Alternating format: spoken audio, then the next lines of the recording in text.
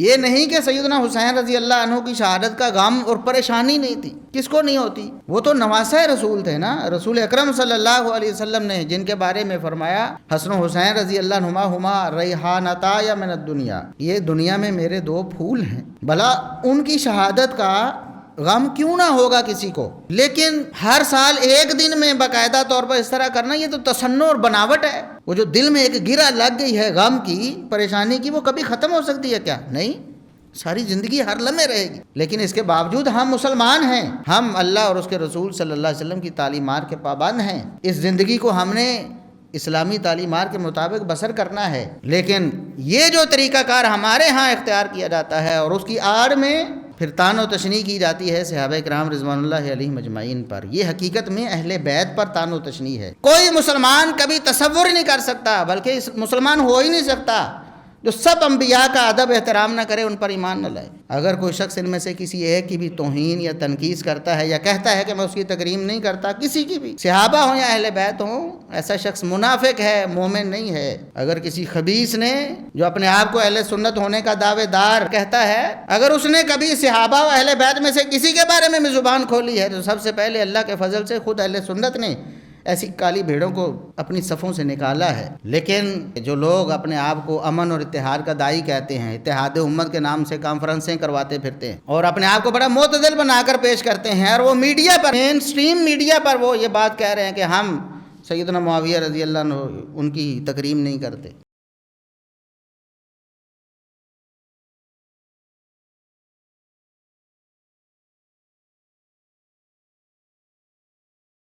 إن الحمد لله نحمده ونستعينه ونستغفره ونعوذ بالله من شرور أنفسنا ومن سيئات أعمالنا، من يهده الله فلا مضل له ومن يضلل فلا هادي له، أشهد أن لا إله إلا الله وحده لا شريك له، وأشهد أن محمدًا عبده ورسوله، اللهم صل على محمد وعلى آل محمد كما صليت على إبراهيم وعلى آل إبراهيم إنك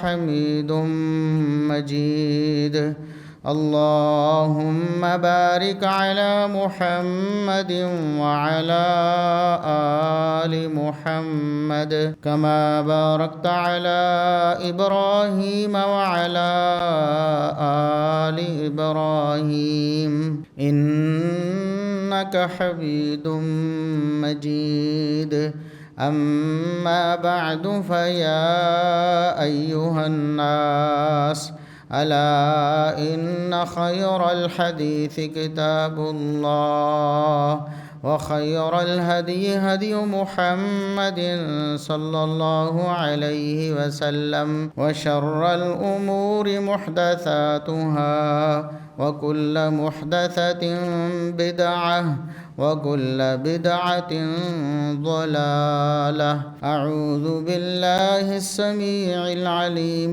من الشيطان الرجيم، من همزه ونفخه ونفثه، بسم الله الرحمن الرحيم، يا أيها الذين آمنوا اتقوا الله وكونوا مع الصادقين۔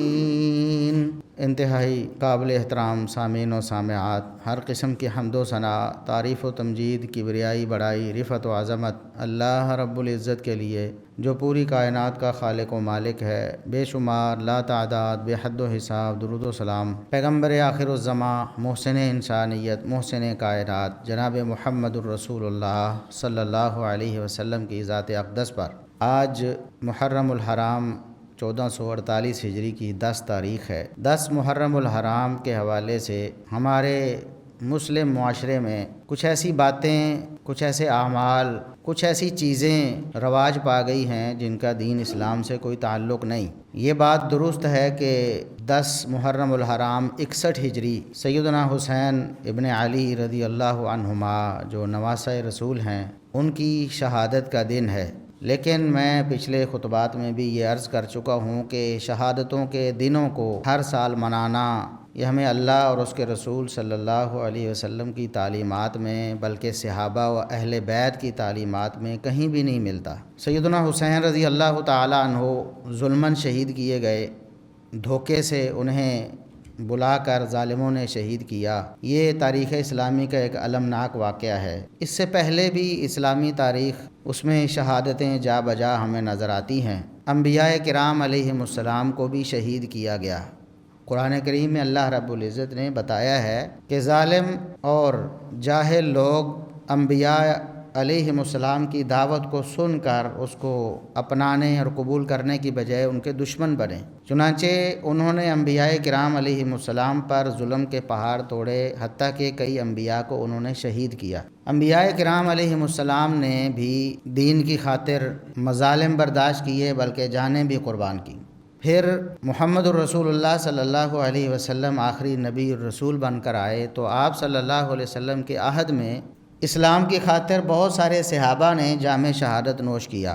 آپ صلی اللہ علیہ وسلم کے سامنے، آپ صلی اللہ علیہ وسلم کی کمان میں، آپ صلی اللہ علیہ وسلم کی سربراہی میں کفار سے غزوات ہوئے، صحابہ کرام رضوان اللہ علیہم اجمعین شہید ہوتے رہے۔ نبی کریم صلی اللہ علیہ وسلم کے چچا حمزہ بن عبد المطلب بھی شہید ہوئے غزوہ احد میں، اسلام کی خاطر انہوں نے جان دی۔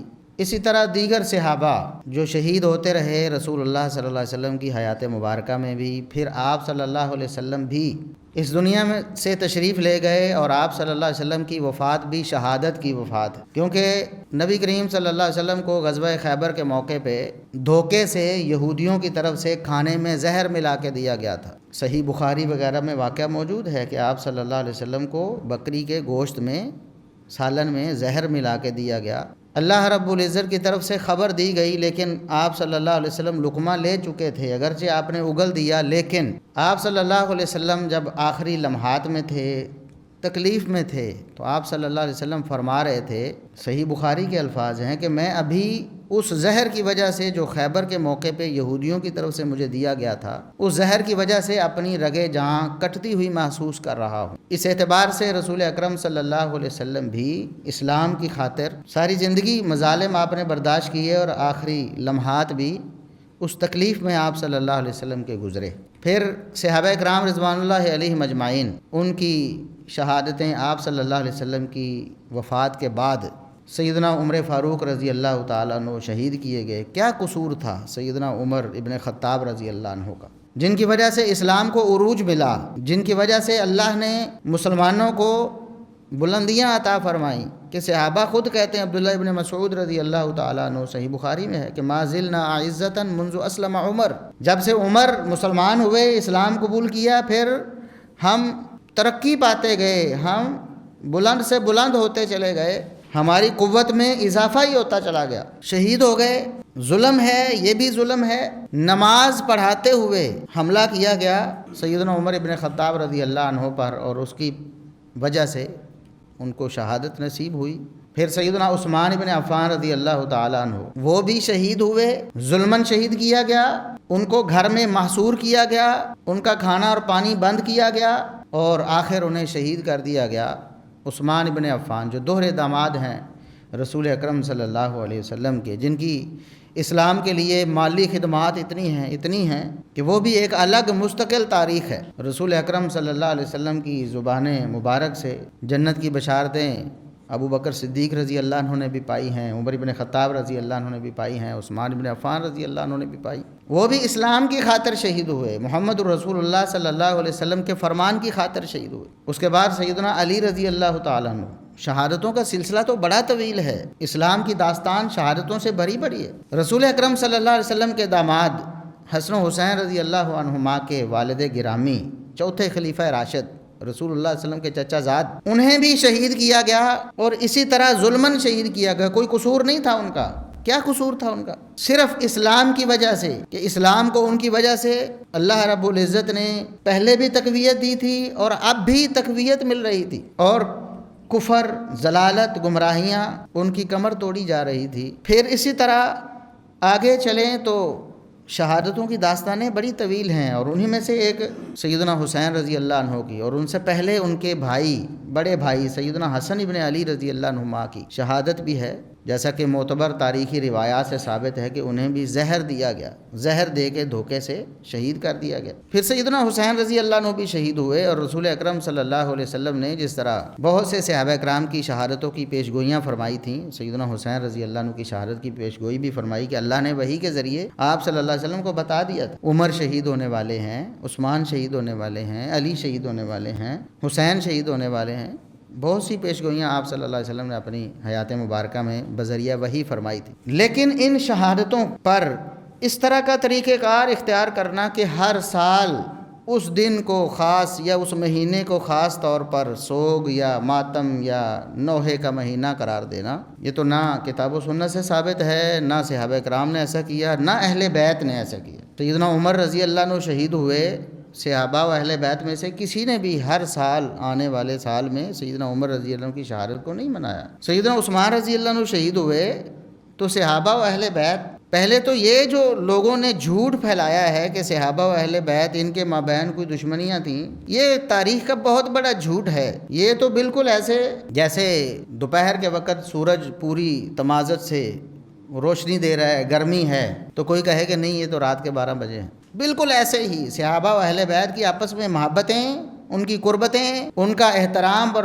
مودت، یہ روز روشن کی طرح یہاں ہے۔ یہ دوپہر کا سورج ہے جس کو لوگ آج جھٹلا کر جھوٹی قصے کہانیاں وہ لوگوں میں پھیلا رہے ہیں۔ سیدنا عثمان رضی اللہ تعالیٰ عنہ جب گھر میں محصور ہوئے، صحابہ کرام نے اجازت مانگی کہ ہمیں اجازت دیں، یہ جو باغی ہیں مٹھی بھر ہیں، ہمارے مقابلے میں کتنے کو ہیں، ہم ان کو قتل کر دیتے ہیں۔ تو سیدنا عثمان رضی اللہ عنہ نے کہا کہ میں اس وقت مدینہ رسول میں ہوں، رسول اکرم صلی اللہ علیہ وسلم کے مبارک اور پرامن شہر میں ہوں، میں نہیں چاہتا کہ میری وجہ سے خون بہے، ہو سکتا ہے یہ باہر چند دن بیٹھیں اور دفع ہو جائیں، پھر میں ان کو قتل کرواؤں تو مدینہ رسول میں خون خرابہ ہوگا، تو میں اسے برداشت نہیں کرتا۔ یہ سیدنا عثمان رضی اللہ عنہ کا خیال تھا، ان کا ایک اجتہاد تھا، لیکن معاملہ ان ظالموں نے یہاں تک پہنچایا کہ آخر کار انہیں شہید کر دیا۔ جب شہید کیا گیا تو دروازے پہ پہرا دینے والے سپاہیوں میں سے ایک سپاہی کا نام ہے حسن ابن علی رضی اللہ تعالیٰ عنہما، نواسہ رسول۔ کہتے ہیں کہ یہ آپس میں دشمن تھے،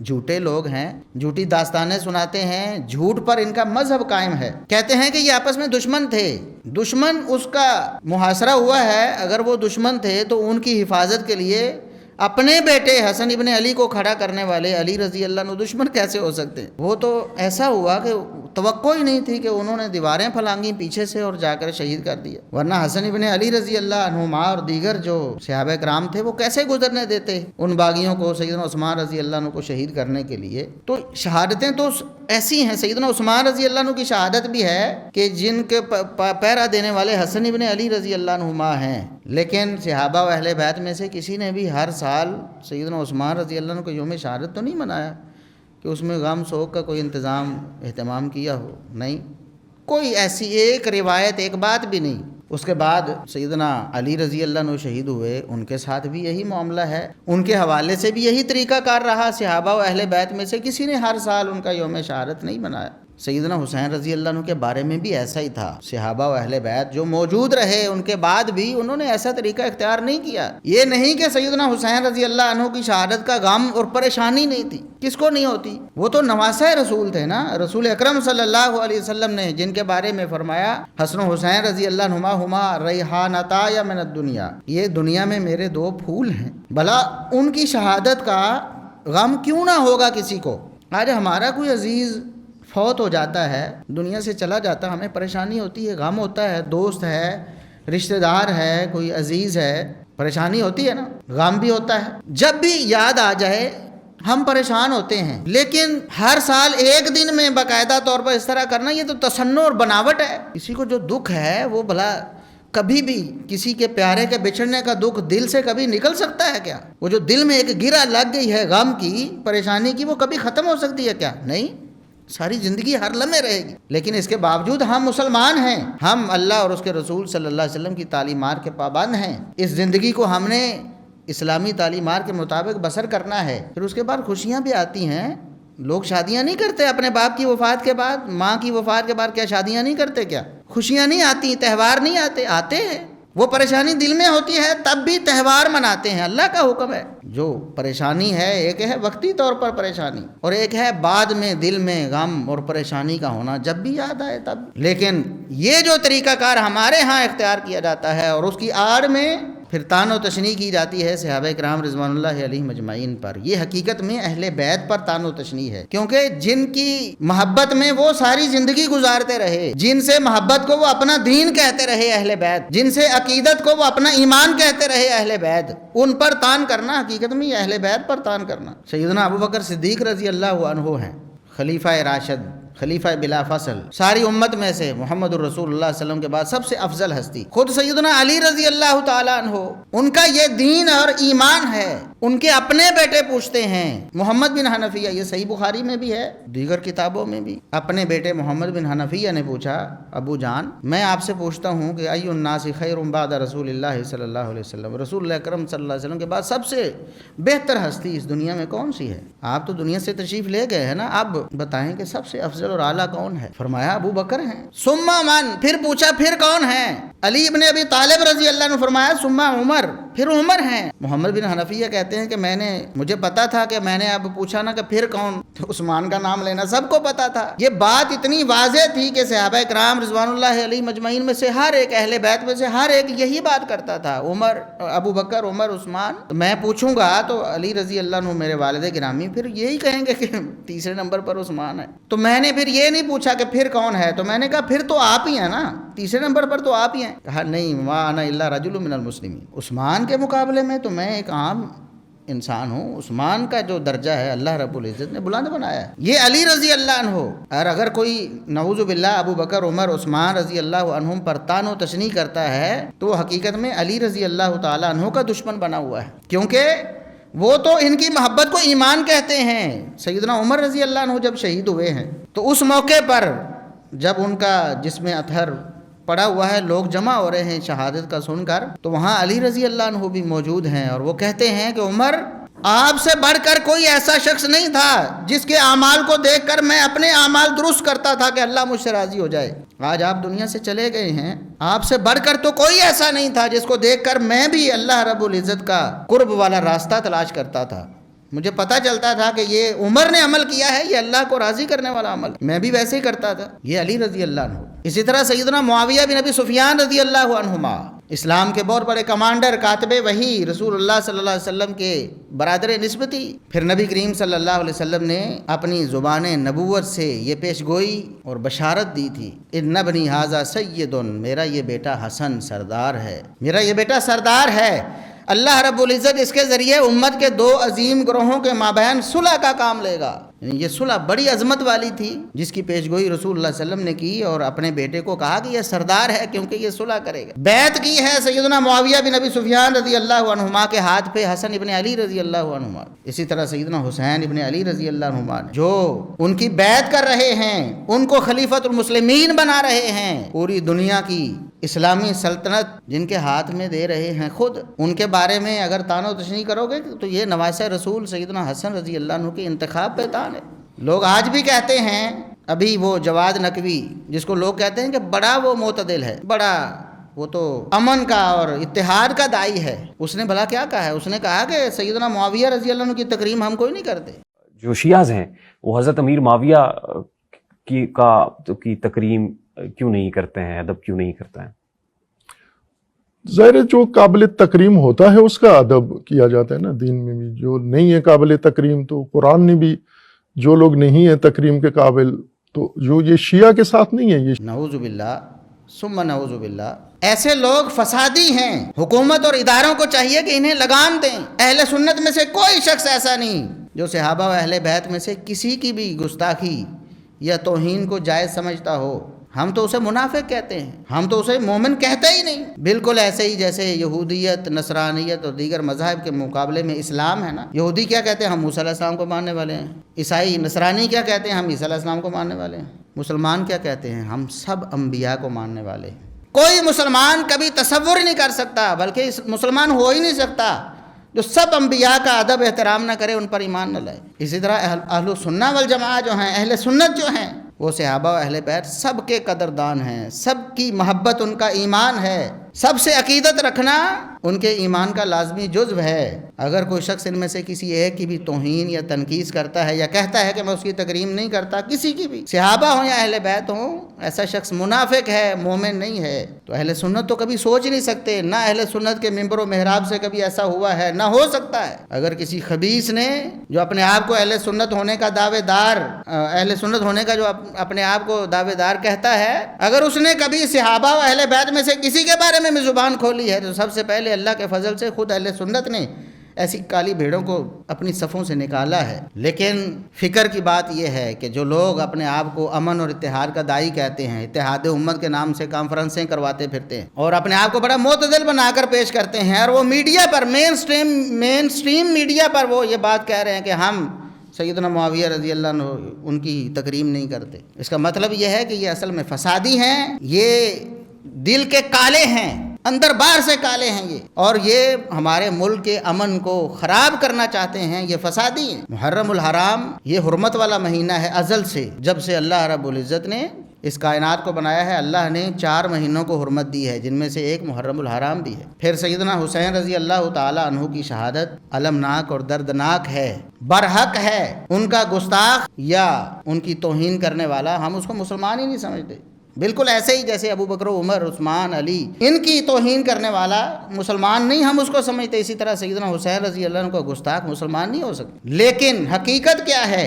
لوگوں نے جھوٹ گھڑ لیے، ایک بہانہ مل گیا سیدنا حسین رضی اللہ عنہ کی شہادت کا بہانہ بنا کر، کن کو متعون کیا؟ ذمہ دار ان کو، صحابہ کرام کو، یا کچھ اور لوگوں کو، ان کے خاندانوں کو اس کو متعون کرنا شروع کر دی۔ حالانکہ شیعہ و سنی سارے مصادر اس بات پر متفق ہیں کہ شہید کرنے والے اہل کوفہ تھے۔ صحیح بخاری میں سیدنا عبداللہ ابن عمر، صحابہ کی محبت اہل بیت سے اور سیدنا حسین رضی اللہ عنہ سے، سیدنا حسن رضی اللہ عنہ سے کیسی تھی وہ بھی آپ کو معلوم ہوگا۔ ایک کوفی آیا ہے، اہل عراق میں سے ایک شخص آیا ہے اور آ کر پوچھتا ہے عبداللہ ابن عمر رضی اللہ عنہما سے کہ ہم احرام کی حالت میں مچھر یا مکھی مار دیں تو اس کا کفارہ کیا ہے؟ کیا ہمارے اوپر جرمانہ پڑے گا؟ تو عبداللہ ابن عمر رضی اللہ عنہما تو غصہ آ گیا نا، بجائے اس کو یہ مسئلہ بتانے کے فرمایا انظروا الی ھذا، اس خبیث کو دیکھو، بدبخت کو، ان ظالموں نے، کوفیوں نے، عراقیوں نے نواسہ رسول کو شہید کر دیا، انہیں کوئی خیال نہیں آیا، اور آج مچھر اور مکھی کے بارے میں پوچھ رہے ہیں کہ فتویٰ کیا ہے۔ فرمایا کہ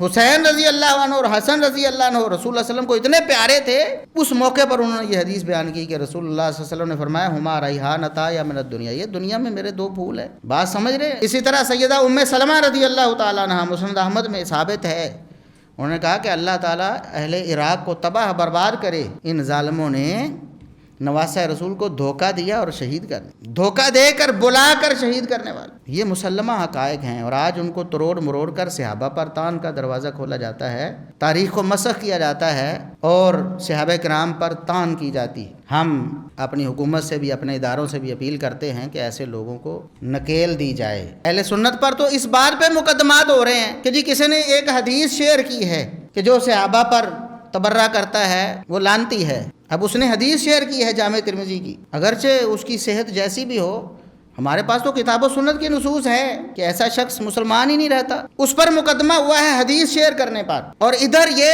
بھونکے چلے جا رہے ہیں، صحابہ پر طعن کیے جا رہے ہیں، تبرہ کیے جا رہے ہیں، بکواسات کر رہے ہیں دن رات، اور ان کو پوچھنے والا کوئی نہیں۔ تو قانون جو ہے اس کو عمل میں لایا جائے اور ایسے لوگوں کو نکیل دی جائے۔ اہل سنت تو اللہ کے فضل و کرم سے عقیدتاً، ایماناً، اخلاص کے ساتھ صحابہ و اہل بیت سب سے محبت کرتے ہیں، اور دوسری طرف جو دوسرا گروہ ہے، آپ کو پتہ ہے کہ ان کا عقیدہ و ایمان کیا ہے۔ وہ تو کہتے ہیں کہ نعوذ باللہ چند ایک مخلص تھے، نعوذ باللہ باقی سارے ایسے تھے. اس لیے ہمیشہ توہین گستاخی وہاں سے ہوتی ہے، امن کو برباد وہاں سے کیا جاتا ہے. اہل سنت کے ہاں ایسا نہیں ہوتا، اور اہل سنت ایسے لوگوں کو خود بھی نکیل دیتے ہیں اور اپنی صفوں سے ان کو دفع کر دیتے ہیں. اللہ سے دعا ہے کہ اللہ رب العزت ہمیں صحابہ کرام اور اہل بیت سے محبت کرنے کی توفیق عطا فرمائے. سیدنا حسین رضی اللہ عنہ سے محبت ہمارا ایمان ہے. اللہ رب العزت ہمیں اسی محبت پہ زندہ رکھے، اسی محبت پہ شہادت کی موت دے، اور اللہ رب العزت قیامت کے دن بھی ہمیں صحابہ و اہل بیت اور سیدنا حسین رضی اللہ عنہ کے ساتھ جمع کرے. وآخر دعوانا الحمد للہ رب العالمین.